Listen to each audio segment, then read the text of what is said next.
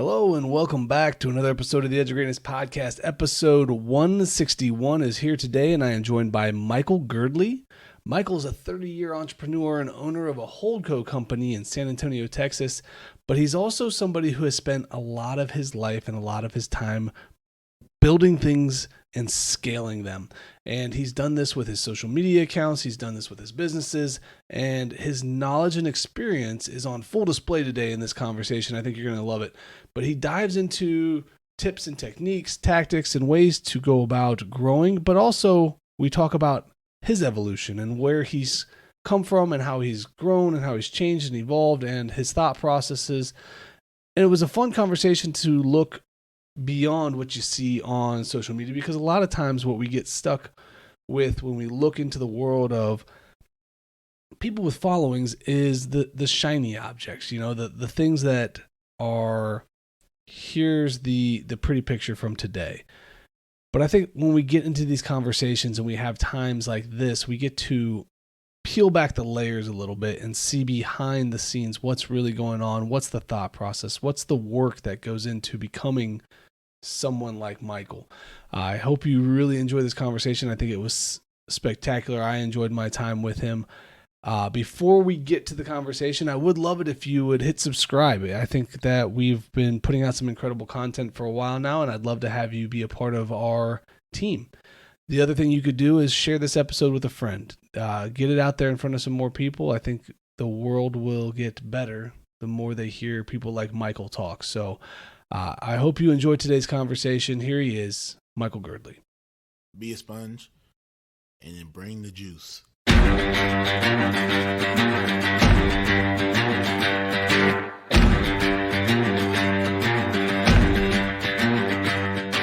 By focusing on your improvement, by focusing on your progress, and eliminating any fixed mindset that you may have and acts of perfectionism, then you encourage your own mastery. On some level, we do what we want to do 24 hours a day. Now, sometimes it may not seem like that, but if I'm choosing to work instead of sleep, what I'm actually saying is keeping my job is more important than sleeping. I'm tired of this. I'm tired of getting beat. What can I do to get over this hump? So mentally, that's when I kind of put that forefront, like, hey, it's either all or nothing. I like to put failure in quotations because I don't believe that failure is true failure if you're looking at it with the right mindset. The truth is, the journey to greatness is hard. It takes time, it takes effort, it takes focus, and every day you have to decide what you value, what you want to pursue, and what you want to achieve. And if you dig deep enough, if you push hard enough, we all have what it takes to be great. Welcome to the Edge of Greatness.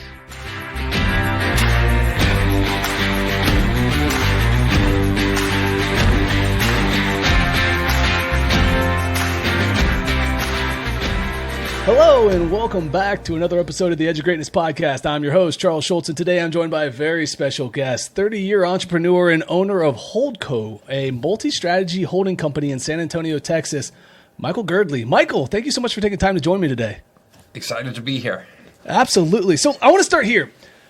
I've heard that you're a big Chili's fan, but I gotta know, if you were forced to order one thing off the menu for the rest of time, what would it be? These days I've been eating a lot of the fish tacos. I think it was 2.5 years ago I had an unpleasant blood results, and my GP said I needed to eat more stuff that swims and runs on the ground and fewer things that eat pastures and moves. And so I'd say fish tacos for sure. But look, everything's perfect there. I don't think you can go wrong. Anything on the menu is going to be great. So here's an interesting follow-up then. If Chili's went away, what would you do? You'd have to start it again. I mean, there's just no doubt about it. We have a GoFundMe and just start it over again. I love that. So we got hooked up in an interesting way. It was through a random tweet that you said you were looking to jump on some more podcasts to kind of have conversations like this. But I'm curious, as somebody as busy as you have all kinds of things going on in your life. What makes you willing to offer up your time for something like this? Yeah. Well, it's part of just the way I'm wired. As I'm getting older, I learn more and more about who I am, and then that's the other great thing about getting older. You just get comfortable in that because you're just like, yeah, this is who I am. Like, I'm not going to worry about it. But for me, like I've discovered over time, like I'm just wired to try to scale everything. Like if I see something, like I go into a restaurant, I'm like, oh, how could we scale this? And for me, social and all that kind of stuff is a way to help people at scale, right? That's why I do it. I'm at a stage in life really where if I wanted to, like, I don't have to do this, which it makes social a ton more fun, by the way, when you're not trying to feed your family. And, and I see people trying to feed their family through like social media and stuff like that or online businesses. And I'm like, cool, but I don't have to do that, or I don't have to do that aspect of it unless I want to. And so anyway, that all just kind of ties back together, like helping folks at scale, especially like one-on-one like we're doing here, but then the power of feeling like, okay, that's going to scale towards the audience as well. Like that gets me really excited. It all just kind of comes down to me knowing who I am and what I really like to do. Yeah, I think that's an interesting point because once you do get comfortable, you start to open up and realize like these are the avenues that I can really give back. And I love this idea of helping people to scale. I guess my question is do you ever feel like there's something that can't scale? Yeah, I mean, I go home every day and that can't scale. We're dealing, and for full transparency, our life first as a family went upside down, during COVID, and then COVID for a part of our family never really ended. My son has developed some GI issues and has been struggling through those, and it's totally. My wife has not had a teenage mom, normal teenage mom, like period of her life because we've had this health challenge. So yeah, like just the relationships in my life, that particular episode of going home and it being very real and visceral that there's just some things you can't scale, those types of relationships. And I think also, very important for people that are trying to start businesses and stuff like that. Like at the very beginning of creating companies, you never do scalable stuff from day one. Like, so starting companies is not a scalable exercise to some extent as well. So anyway, yeah, lots of stuff for sure. Yeah, so I want to dive into that a little bit more, if that's okay, because one of my pillars of achieving a great life and pursuing excellence is people and the relationships we've built. How did the COVID situation and how did that change how you approached the way you went after life? Because as somebody who has so many things that you're growing and building and doing, did it affect the way you approached the energy and where you put it? Oh, 1,000,000%. And I'm not the only one. Like I went like 2 months ago to like a creator retreat. I guess they call them masterminds, but I hate that word because it's so scammy. My first like being exposed to masterminds was they were a total scam. People hustling each other for money, and but I went to one and like we all went around and it was all people doing what I do, like the intersection of business and social media, and like. Every single person was like, okay, well, I was on this path to be a private equity associate and like COVID came and it totally changed my life. And then like, there was another guy, he was like, oh, I was working for my dad. And so I've decided to go devote my life to sharing wisdom of golf, right, through social media. And so like, yeah, it totally changed my life as well. I think some of the bigger things that changed is it allowed me to really and forced me to step back and say, what are the things I truly enjoy in life and really focus on those things. Like, I don't like going to cocktail parties. Like, that's just like, other people love cocktail parties. Like, I hate freaking cocktail parties. Like, they give me anxiety. Like, I don't want to go. Like, this type of social interaction where you and I are having like a one-on-one, it's clearly defined and structured. Like, I love this. I will do this all day long. I will have meetings all day. I love structured social interaction, but unstructured stuff, scares me like clowns, caves, and dark spaces, right? So anyway, I think, the short story is I think it was an accelerator for me to step back and be like stuck in my house and really think about what I cared about and what I liked and have a massive reset there. And man, my life is so much better post-COVID, even with all the terrible stuff going on in my house. I wouldn't change it for the world. I'm super happy. I love that. And something I've realized that the more I get to talk to people who are successful, chasing greatness, doing things at a high level, they have a willingness to pivot. And you mentioned that when you went to this mastermind, all these people who were there, they pivoted to something new. Talk to me about the value of pivoting and how it's affected your path throughout your business career. Yeah, I think a lot of people go through life, including me for the longest time. You just don't listen to what the world's telling you, and you're very stubborn and stuck in your way. And I would like most recently, like my journey with social media has been one where social is great for me because it allows me at scale to like help people, right? And that's why I do this. And but the social media platforms, they change, right? And like Twitter has changed this year. Like I'm a Twitter baby. Like that's still my number one platform for audience and views and stuff. And like a number of creators, like including myself, like we were resistant to the changing of the algorithm, and we wanted to keep treating it like a publishing platform. Whereas now like Twitter has become like the town square. It's like an interaction platform, and you have to get in there, and you can't just publish stuff anymore. You have to go in and interact and all that kind of stuff. And before this mastermind, for example, I was very resistant to that. I was like, oh, screw it, I'm not doing that. Like, I'm going to stick in my ways, and I'm keep doing it.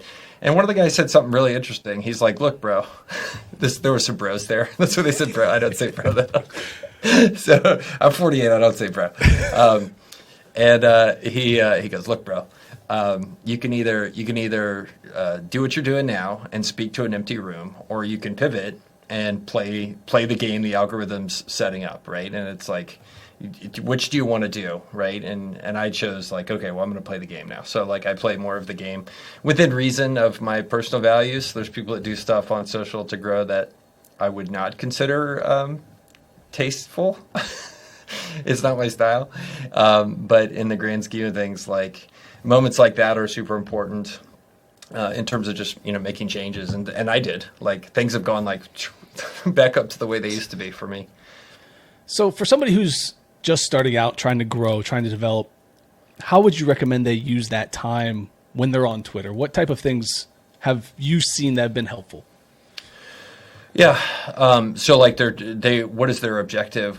To ask you back, like what's their objective? Are they trying to make connections there? Are they trying to build an audience? Like, are they trying to do both? Like what's their priority? So let's use myself. The priority would be both. I want to build an audience to view the show and to be around the content that I'm putting out, but I also want to build relationships and connections because like you, I enjoy these interactions. I think that these are valuable, and I build incredible conversations and relationships with people through this that I've used in a number of different ways. So my focus is at both ends of the spectrum. So where would someone like me put my time and energy?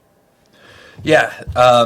So it's interesting you asked this because I just spent like last weekend writing like a whole guide of how to grow on Twitter these days. So we're going to publish it soon.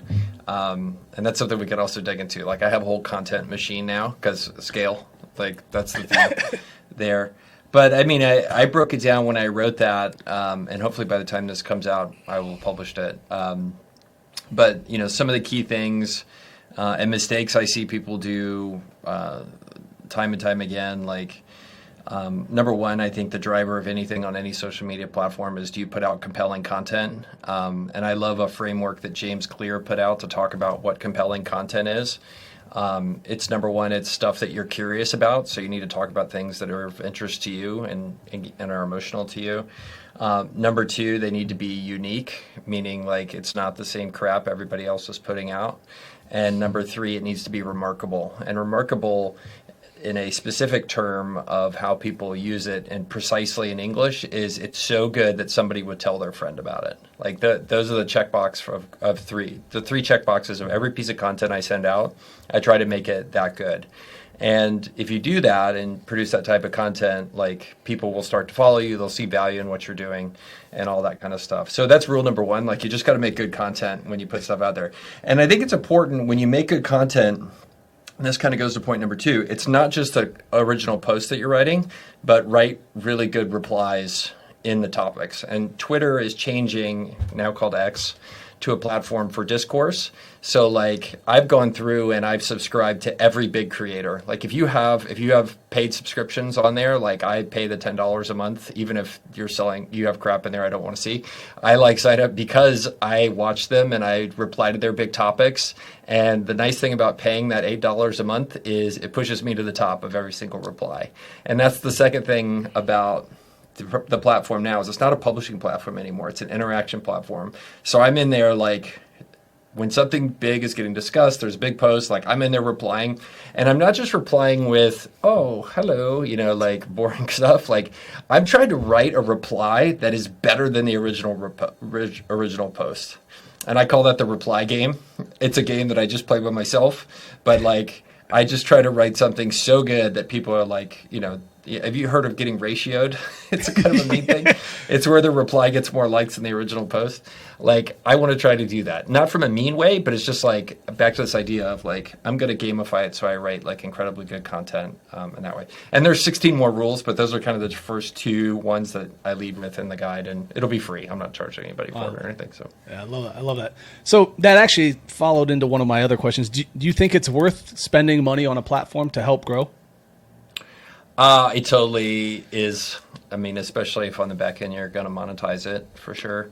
And look, here's the thing you should know about a lot of these creators. It's all paid CAC.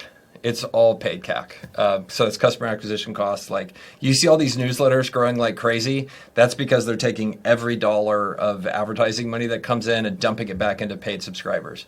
And here's for full disclosure, I'm doing it too. I have a 22,000 person newsletter. We were kind of stable at like adding 100 or 200 people a week and all that kind of stuff. And we went to paid CAC and we're at like 22,000. We're 50% in 2 months. And that's because that's how they're all growing. So all these million person newsletters that you see, and like Tim Ferriss does it, like every single fast growing newsletter that you see is growing that way. There are people that are doing the same thing to grow their Twitter accounts. It's just happening behind the scenes that you don't see it. They're paying other accounts to like engage with their stuff, shill. If you end up liking like one of those like, Socrates Thoughts or whatever accounts that has like 1 million followers, those are run by ghostwriters and they use them to like promote their client accounts. So like there's a whole science still going on here. Like if, there is no free lunch on social. There's no free lunch on Facebook. The difference just is Twitter hasn't figured out how to charge you to show your content to people. Facebook has figured it out. So anyway, I don't mean to burst anybody's bubble, but Twitter is no longer this egalitarian, everybody plays by the rules place anymore. And so, yeah, anyway, I could go on. No, that's a lot for someone like me because I don't spend a lot of money on things. Like I try to make it just organic growth and things like that, but it's very slow. And that's the thing is, as somebody who's trying to make money from doing social content, slow growth doesn't really do much for me because I still need the numbers. Like, so right. I guess my follow-up would be is, at what point does the paid subscriber return value to you? I have not tried it. We're talking about the strategy where you go sign up for everybody else's stuff, the paid subscriber there. I'm talking like when the paid acquisition for followers, for newsletter subscribers, for all of that. So like when you're paying to get content out there and you're paying to get return, at what point do you feel like those people coming in are actually providing value as far as like wanting your stuff? Yeah. Look, I think with everything, there's a J curve. You're familiar with the J curve. So I think there's a J curve for audience building for sure. Some of that I got lucky to do when it was pretty easily organic. But it's also, what we've set up with, again, this idea of everything I want to do, I want to scale it. So we've created a company around all my messages and trying to figure out what my cause is and all this kind of stuff over time. But by doing that as part of a company, they need to have a revenue model. For us, it really ties to right now our limitations for what we can do to invest in audience growth and all that kind of stuff is really around monetizing within our value system. So I do have a course. The course basically pays for my team. I spent 6 months building that, and now I get to sell it. So yay! We take advertisers, all that kind of stuff. And for me, that was the thing. I spent probably a year. Well, I spent 2 years with no monetization. Then last year I was finally screw it.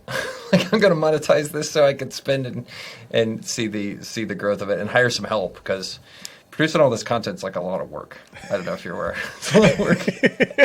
Yeah, just a little bit, right? Just a little bit of work.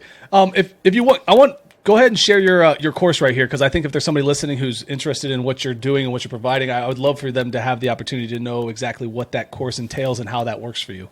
Oh, cool, man. Thank you. I'm terrible at self-promoting and terrible at promoting. I'm not a good salesperson. So last year I took everything I know about running a holding company and I put it into a masterclass. So it's about 400 pages of script that I read into the camera, 6 different modules, everything from what is a holding company to lawyers and accountants that you can contact, and then a community on the back end where I answer people's questions. So basically, a holding company is for people that want to do parallel or scaled entrepreneurship. Like instead of running and owning one company, you have multiple businesses that you own and you grow those over time with other people running them as CEO. So think about what Warren Buffett does, but imagine you want to do that at a small scale.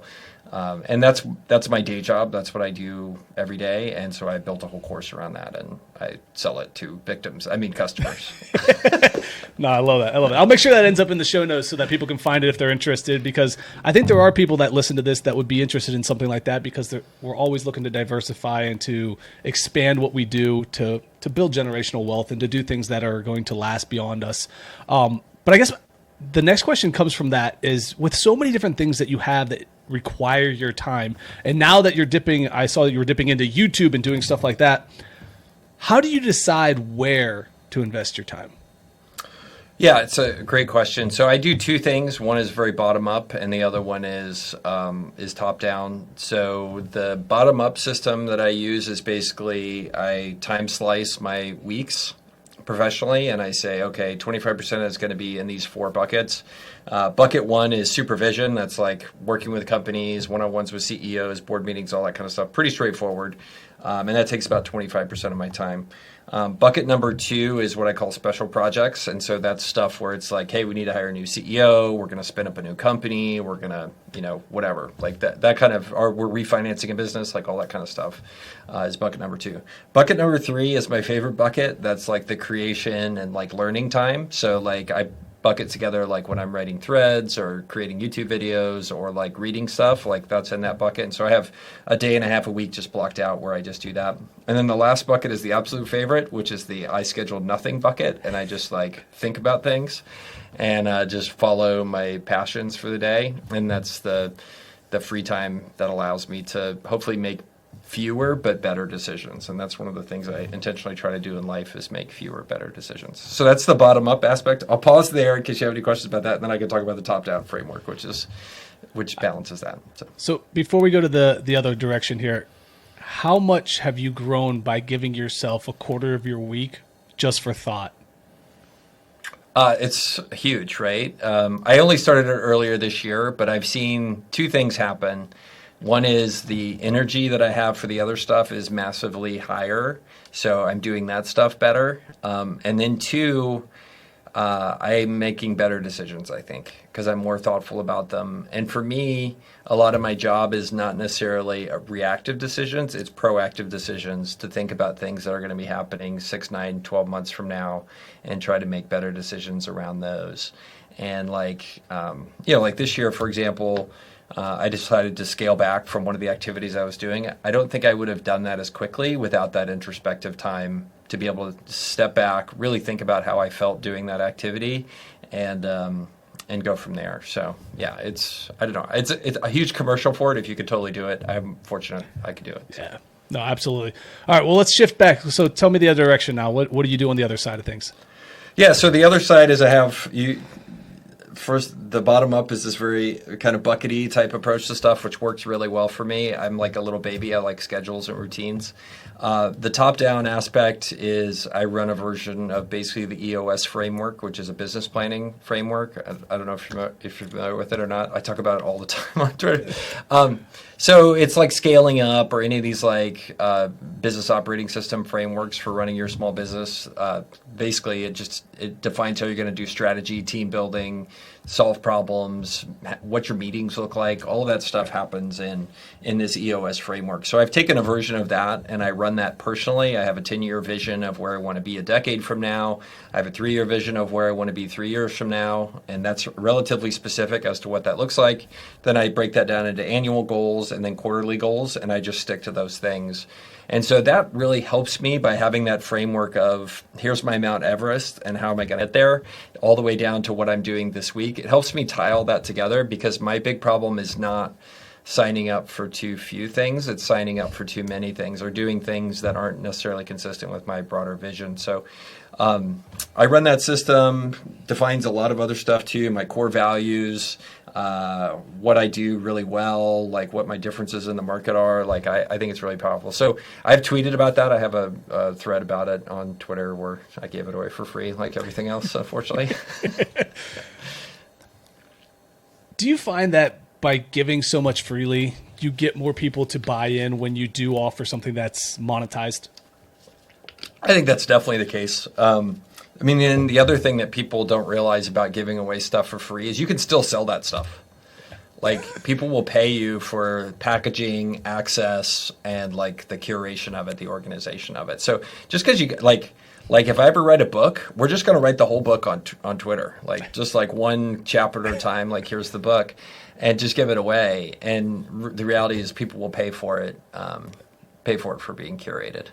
No, I totally agree. I just was curious of your thoughts of how you wrapped around all that. So you had a post the other day, actually, I saw it. It spoke to me a lot because something that I struggle with greatly, and I think you mentioned it earlier, and is when it comes to your course, is self-promotion. Yep. How did you get past this particular mental block? I still suck at it, but I think I have a solution. So basically, like, this is like case study of why you should share and be real on social media. So this is my story there. I totally suck at self-promotion. Like, all these guys, like, if you look on my Twitter bio, it actually lists like the aggregate revenue of all my companies. I had to actually have like, I'm like in a Signal group of like other creators. I was like, hey guys, my bio's not converting. They're like, put some numbers on there. Like, I was like, oh, it feels so cringe. Like, I don't want to do that. Like, just because, like, I'm the perfect trifecta of self-effacing middle-aged person in America. I'm from San Antonio, which is like the most self-effacing town ever, right? My parents are that way. They're like, yeah, no, don't be the all hat, no cattle guy. I'm a Gen X, which means like we shut up and we just do the work, right? Like all these things together, like, are reasons like I'm suck at self-promotion and I'm introspective and self-aware. Like, these are not good caliber. These are not good things to put together. So like, I really struggle with it. But like, I think the transformation I'm doing better at making now and where we're headed is we're defining with myself and my media team, like, what my cause is. I think there's this cause that I have, and if you think about all kind of the unique views I have in life, the change I want to see in the world, we're going to start talking about that. We're trying to define what that is. Like, we have a draft white paper. We're calling it healthy business ownership. It's this idea that, like, business ownership doesn't have to kill you, which a lot of people do it. Like, it's all consuming, hustle and grind. That's wrong. But then it also doesn't have to be like solopreneurship where you just like sit in your house and like don't do much. Like, I don't like that either. Like, I want to have entrepreneurship is about impact on the world. So I think there's this beautiful middle that encapsulates healthy business ownership, and we're trying to define what that is. So anyway, bringing this all back together. The thing that, like, Ryan Peterson, he types fast on Twitter. He runs Flexport and all that stuff. Really smart guy. Never met him. Twitter friend. Okay, but I went on Twitter and I was like, "Hey guys, I suck at self-promoting. This is why I'm so bad at this." Like, and he was like, "Look, here's what you need to do. Find a cause that you want to see in the world." Just like Dave Ramsey, he wants to get people out of debt. Like, Dave Ramsey's never self-promoting. He's promoting that cause. And he said, when you do that, it will all feel so clean to you. You won't feel like you're out there like talking about how much of a badass you are. Like, every internet guru is doing that, and I just can't do it. Like the Fire Festival guy, you know what I'm talking about, right? Like, that guy is like, whatever, I'm bizarro him. Like, I'm incapable of doing what that guy does. Like, I admire Billy, whatever his name is. Like, totally, like, it's like watching Michael Jordan. I could never do that. Like, he's that way. And so anyway, I think this is where I'm going to end up. And I think there's this idea of healthy business ownership that we're trying to encapsulate, and we're going to start promoting that. And I think that is the thing I'll get comfortable with. I will never get comfortable with walking out there being like, look at me, like, look at all this stuff I've accomplished. Because, like, I just can't. I just can't do it. I just cannot do it. So. Yeah, that's definitely my biggest problem too, is I don't want it to be about me. As much as I need it to be about me to grow because of what I'm doing, it needs to be, right, hey, come see me so you can see these things. I have a real hard time putting myself in front of all that. So I like the idea of making it about the cause, which I guess in my case would be to help people get better. And I guess what's wrong with like wanting to chase and pursue greatness? Like, let's make that the cause. And then if I'm the face of that cause, then it's not as much of a self-promotion as it is a promotion for everyone wants to improve. I'll have to wrap my head around that a little bit more and kind of play with that. But I think that that's a great way to look for me. Another thing that I saw that was interesting, and I think that this is something that a lot of people struggle with. We look at quitting in this world as a bad thing, but you made a post the other day about quitting fast. How has quitting fast helped you in your pursuits? I suck at quitting fast. Oh, do you? Yeah. Okay. Is that why you wrote about it then? Yeah. Half of those are just memos to myself. I love it. I do the same thing. So that's awesome. I'm really personally trying to, and it's one of the themes we want to touch on in future content, like figuring out, like, nobody has a good framework for quitting. Everybody seems to have a good framework for, oh, you know what? So-and-so almost ran out of money, but they stuck with it for 5 more years and look at them now. And I'm like, that sucks, dude. Like, but I think there's a framework in there, and I've been trying to get my head around trying to figure out what it is of how, like, quitting is underrated, and like how you should know when to quit faster. And everybody I end up talking to, and like to go back to that mastermind I was at, like one person was like, basically we all processed issues and like brought our biggest problem. One guy was like, well, I think I want to quit this, and I'm like, well, I was like, why do you want to keep doing it? Like it didn't make any sense. So anyway, I think as I'm getting older, it's very apparent we all have one life to live. And like, as I look back on my history, like all of my biggest regrets are things where I didn't quit faster. Like I was in a job that I hated. I wanted to start a company and I didn't go do it. I was in a company and I hated the company. I was in a partnership and I hated it. Like as I look back, all my regrets are never from inaction of not doing the thing. They're from inaction of continuing to do things that just weren't right for me. And so that's the sentiment I have, but I haven't translated that into, here's the algorithm that you can follow. It's out there somewhere. I will find it. I just don't know when. I think that's the tricky part, because I actually had a conversation with somebody else, and I think it's the word quit that we get stuck on, because it's a nasty word. Nobody likes to be known as a quitter, but we never get anybody crap when they say they retired. We celebrate retirement. So I don't know if there's something there, if we can reframe quitting to retirement. I just retired early. But I think that there's some value in changing the way we use the word. I just don't know what that would be. So I thought that was an interesting thought, because I agree. I think we stick to things sometimes too much, and it causes all kinds of problems. But how do we encourage, I guess, a faster pivot or getting away from something? So I'm with you. When I get it all written down and clarified, I'll write it down. But I mean, 100%. And then it's even sadder when you see people who are stuck in things because they didn't quit, and it gets harder to quit as you get older. I mean, one of those is like if you're somebody who really truly wants to be an entrepreneur, which most people aren't.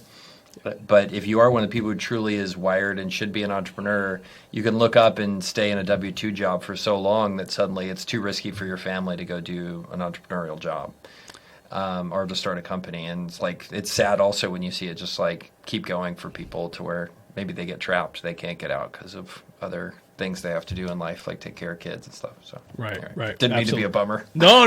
I mean, but that's true though. I mean, we find ourselves unwilling to make the step to the right direction, to have the courage to do something different. I guess that's a good place to go with this, is because that's another one of my pillars, is I believe that we need courage to achieve greatness, to step into something that is something other people look at and go, are you sure? So talk to me a little bit about how you've created the ability to take courage and ownership and do something that's unique like this. Because owning that many companies is a challenge. It's hard. It's risky at times. Where did you get the courage to start to do this thing on your own? And I look back at my history, and there was 8-10 years where like I needed it to try to build up the courage to go do what I do today and live the right life for me. One thing that helped a lot was just a lot of reading. There's a book that I loved out of Japan called The Courage to be Disliked. Have you ever heard of that book?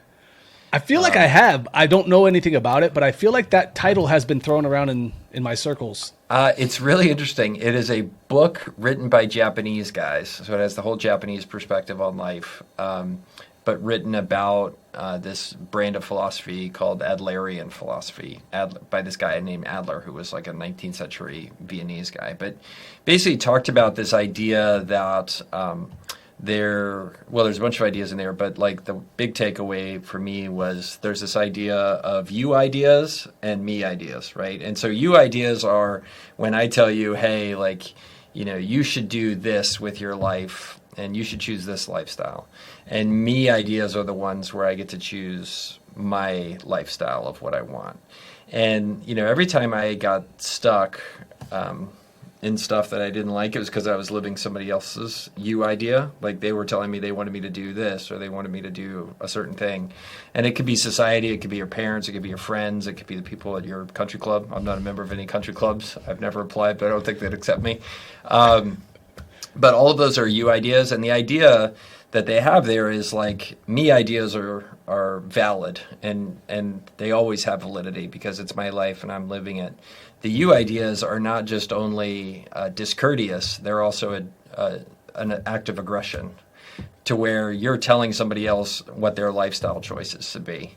And you're reading books like that, like over time, super helpful, right? Because you start to change your mindset about when somebody wants you to live a certain way or somebody wants you to join a certain club or come to a certain activity and do a lifestyle in a certain way, like they're actually doing you an unkindness. And that when I changed my mindset around that to realize like, oh, this is actually an act of aggression.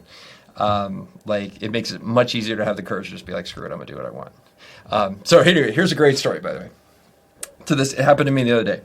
So I'm at a coffee shop, run into a person I know, and the person says, "Hey, I liked you better," half jokingly. I liked you better 15 years ago because we were talking about like I'm a social media guy now, and so you could be like, old me probably would have listened to that, being like, "Oh, well, maybe I was a better person back then. I should consider listening to this." Well, new me is like, "Wait a second, you're criticizing my lifestyle choices. This is who I am. I get to decide who I am, and it's not your ability to tell me like who I get to live my life as and what my lifestyle is."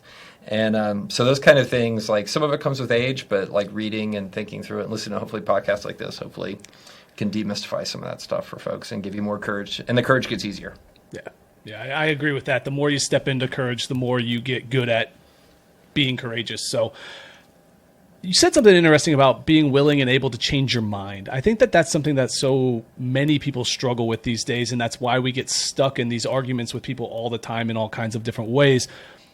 Do you have any framework or thoughts around how we can become better at having an open mind when we step into things, being willing and able to learn and grow and accept that, oh, maybe this is the better path or maybe this is the right, how do we get to that point? Yeah.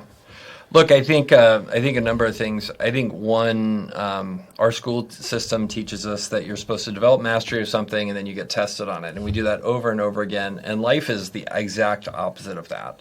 Life is supposed to be a situation in which you're continually getting feedback and data and growing, and then you use that to become a better person.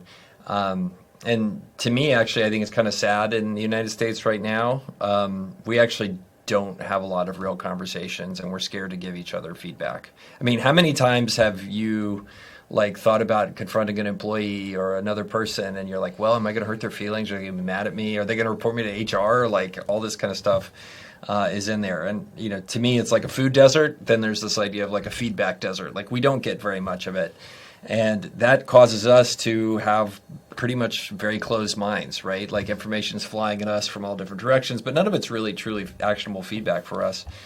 So for me, I've created all these different systems and approaches to try to get more feedback from people. I have my business coach goes and does interviews with everybody I work with each year to help me understand things I just don't know. At the end of every meeting that I have with business now, we will rate the meeting and say what could be better for next time if it wasn't perfect. I'll do a lot of things really to read between the lines because you have to do that in the United States and with British people as well to understand what they're really saying to you. So all those things, and then to me, combining that with a mindset where I think about the world as a journey of growth and never as a destination. If you change your mindset on most things, understand it's a journey and not a destination. Health is a journey and not a destination. Personal growth is a journey, not a destination. Your career is a journey, not a destination. If you change your mindset on that idea, a lot of things really open up. And for me, that turns into just total willingness to change my mind and keep growing and learning because it never stops when you're on a journey. Yeah, no, I love that idea of it's a journey, because that's how I speak about greatness and how I speak about pursuing excellence. Is that you're never going to get there. We talked about that before we started the podcast. Is that it's just a constant effort towards something, but you're never actually going to get a hold of it. And I do think that helps you open up the willingness to admit when you're wrong, change directions, try new things, be open to information. I guess that leads me into this next thing that I saw, because I thought this was interesting. You posted a meme that had 4 quadrants. I don't know if you remember it. It had is smart, sounds smart, is dumb, sounds dumb. And it's got 4 pictures of you. And I know it was a joke, but what's the silver lining and the truth behind that post? Because I think that there's something there that we all should recognize and we all should be open to. And what was your take on that? Yeah, I mean, I think whenever I do a meme or a shit post, I never do it just to like make fun of somebody or anything like that. It's trying to open people up via humor to get them to actually think about things. Like if I do a shit post or whatever, like it truly is. There's a lot of times where like Twitter is so full of people giving you fortune cookie advice that their minds are shut off from it. They don't want to read it. But if you make them laugh, their minds will open up and they'll consider it. So that's why a lot of times I'll do these like tweets that I have in my mind, like advice for people, I'll do it as a joke. And so that particular joke, like I think for real, number one, it's self-effacing. People like to see middle-aged white guys make fun of themselves. Like we deserve it. But number two, because it's kind of funny and it'll open up people, it's this idea that everybody should realize, like, look, you're a human being like everybody else. Like, no matter your status in life, you can sound smart and be smart sometimes. You can sound dumb and be smart sometimes. You can be dumb and be dumb sometimes. I do all of those things. And if you're out here on Twitter or in real life trying to convince people that you're in one of those quadrants all the time, you're a crazy person. That was the point of that meme. Right. So. Absolutely. No, I love it. And I think that's so accurate because, especially in the social media world, where you only see the shiny stuff from most people, we don't realize that we're living in all 4 quadrants all the time. And we live to this expectation that we have to be perfect and we have to be smart and we have to be in this upper quadrant all the time. And that's just too much. It's not realistic. So I love a post like that because I think it brings us back to earth that no matter how far we go, there's going to be times when we find ourselves in all of the quadrants, and it's okay. That's part of life. And I think that that's such valuable information. And I love that you tied it in with humor, because I think that that's the other thing that we lose sometimes in these posts, in these people, is it's serious all the time. There's no room for fun. Yeah. No fun. And I'm like, come on. Look, there are layers to these tweets, okay? No, I think we need that. I think we need to poke fun at it. We need to bring joy to our lives, because, like you mentioned so many times so far, is you only get one. Let's live it with joy. Let's live it with fun. Let's have an experience that is worth living, and I think that that's what we're missing a lot of times. So, as we begin to wind down, I got a few more questions that I have here, and one of them is, you've built this incredible success in business and on social media and creating content. What keeps you going? Look, I've thought about that a lot. And I have friends. Like I have a friend, for example, like he's 5 years older than me, plus or minus. And a few years ago, he sold his company, and then he did the San Antonio thing, which is the most San Antonio thing ever. Like we're not like the hardest charging city. Like it's pretty relaxed. But he sold his company. He got a few $1 million, and he's like, "Yeah, I'm gonna go to my garage and just make knives." Like that's what he does now. He just makes knives.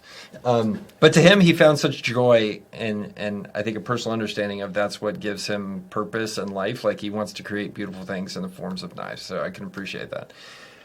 As we talked about before, like I'm wired differently. Like and the realization I've made is that I'm put on the earth because I want to create things. I love the creative process, and I want those things to help other people at scale. Like that is what gets me inspired. I would do that if it didn't pay any money. Like that is the most fun thing for me. I love the puzzle of finding things out, figuring out Twitter, YouTube, business. Like I want to go in there, understand puzzles. It takes me a few years to do it, and then I get bored and I move on to the next one. And so that process of creating, like, that's what I truly enjoy. And I think the people who find the most happiness in life, and I feel like I'm one of them these days, they break down the actual tactical things, like minute by minute, that they do that gives them the most joy. And then they try to create a life around that maximizes them doing that thing. And for me, like, creation is that thing. And like, I want to keep doing it until I like fall over dead. Like that's where my life is at this point. So anyway, it's just, I feel gifted that after 48 years, I figured out what I'm here to do and what my mission is and my purpose is, and whoever your creator is, that's what the creator did for me. And that's why I keep going, because I just enjoy it a lot. No, I love that. And I think that's such a valuable lesson for us, because when you find that thing that calls to you like that, it doesn't, people say it doesn't feel like work, but I think there's truth behind that, is that it is work, but it's not dreadful work. It's not things you'd like, oh God, here we go again, another one of these meetings. It's something you go, all right, what are we going to learn on this one today? And speaking of learning, I think this is an interesting thought too, is that we often think of learning as consuming information or gaining knowledge that way, but tell me how teaching has improved your ability to think. Yeah, it's, I think it's immensely underrated. So if I don't know if you saw this study, but there was a study done of what produced a higher performing tutor. So the difference between an average tutor and a higher performing tutor was like several grade achievement at the end of a year difference for the students. And a bad tutor was like several grades behind, right? So like what was the difference between the average tutor and like an amazing tutor? And what they discovered when they went to interview the amazing tutors was that the amazing tutors had the ability to not only say the right thing to a student, but they could say the perfect thing to a student. And the reason they could say the perfect piece of advice or coaching to the student was because they were able, through empathy and sympathy and understanding of the student's process and what their brain is doing, to tell them the exact perfect thing. And so that process to me of figuring out how to tell somebody the exact perfect thing that is going to help them and say it in a way that is going to be the most impactful way, there's nothing better to crystallize how you're going to think about things than that process for me. And everything I write on Twitter, every blog post, every YouTube video is done solely to the psychology of the potential listener. And by doing that, like, I have to have a nearly perfect understanding of all the potential facets of a topic. And sometimes you go in there and you're telling somebody that particular topic and you realize like, oh, like there's a flaw in my thinking, or they're going to think about it this way. So I need to understand like and position it a different way. And so to me, like, it's like tutoring at scale. Like, how do I help people jump grade levels? But I have to start with like the psychology. And sometimes that really impacts how I think about stuff. And go and my ability to communicate them, so and understand them as well. Yeah, no, I think that's such a valuable thing, and because one of the things that I've done throughout the course of my life is a coach, and as a sports coach, individual coach, things of that nature. And I love the idea of giving information to different personalities, because it's the same information, but you have to deliver it differently, which makes you just a better, I guess, expert in that field, because you know how to deliver that information in so many different ways. And I think that that's kind of the idea behind all this, is the more you understand different ways to deliver it, the better you understand how to apply it yourself. So I think that's incredible. The last thing I want to touch on is, and this is kind of an interesting one, because I believe that we need competition in our life. And you made a post recently that, you need company, like you need an enemy in a sense, right? And I agree this because, Pepsi isn't Pepsi without Coke, Apple and Samsung, Magic and Burt. You need these rivals. How have you used competition and rivalry in your business growth? I have used competition poorly, and I have used competition positively. So one example of using it poorly, like there was one time I was running a company and we decided we were going to be the biggest company. Well, being the biggest company is fine, but don't you want to be the most profitable company? So like, you have to make sure, like, if you're going to compete at something, you're not playing a stupid game. So I think that's super important. Today, and totally straightforward, like I'm in a CEO peer group, and I've talked about this in some videos I've done about my CEO peer group. It's been transformative for me, going on 10 years in this place. I am wired to compete. I like competition, and like literally, like I go in there, I love all the other people in there, but I want to produce more than them. I want to do more than them. I want to do better than them. And I consider that much more positive of a thing, because by being a better group member or achieving more in life or learning more things, like I can help them and we all win, and there's no scorekeeping here. There's no win, you win, I lose. It's a positive sum game for everybody.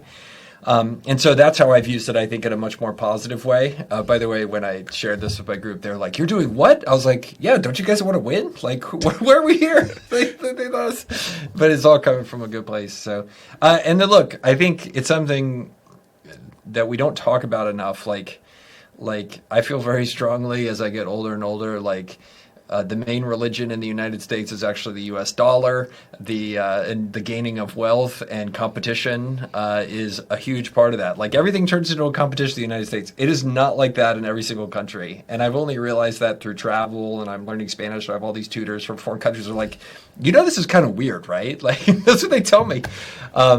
So competition, I think, is a very healthy thing. I love competition.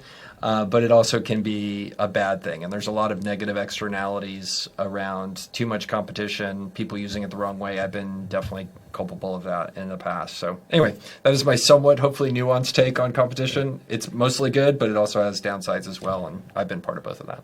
Well, I think that's the balance of anything in life, is that there's good and bad no matter what the thing is. If you over abuse it or misuse it, that thing can become bad. And I'm a very competitive person myself, as a former athlete, and then as a parent, everything I do, I want to compete. I want to be the best at. Right. But I have also learned over time how to accept when I need to grow and develop, because I've lost, and I don't hold on to those things. And I think that's the challenge for a lot of people when you're competitive, is to then also own, okay, well, I lost this time. How do I get better? So how do you handle, in a situation, being a competitive person, when you find that, well, I lost this time, how do I get better? How do you handle that moment? Yeah. Look, I think, so here's a microcosm example for you. And sorry to go back to Twitter. It's clear I spend a lot of time on there. But there's, so people will write posts, and everybody's trying to compete for eyeballs, right? You want likes, retweets, all that kind of stuff. You want people to engage with your stuff and to get it spread more. That's the competition that goes on inherently, and we don't really talk about on Twitter. You write a post, and it goes viral. Fantastic. You win. Right? Yours gets put ahead of other people. Then you start writing a bunch of posts, and you write 10 in a row, and they go nowhere.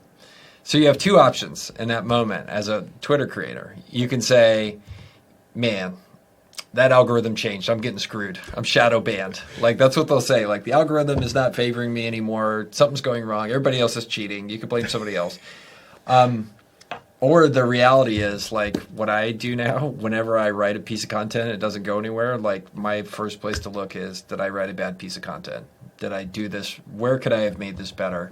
And I think that's the thing we have to train ourselves is, you have to get out of that habit of blaming somebody else for your loss, and instead look immediately at, like, what you did. Like, and was there something you could have done better? And sometimes things are just bad luck, and you're going to lose no matter what. Or somebody else shows up there, Michael Jordan, and you're not quite as tall as him. Like, you're going to lose, right?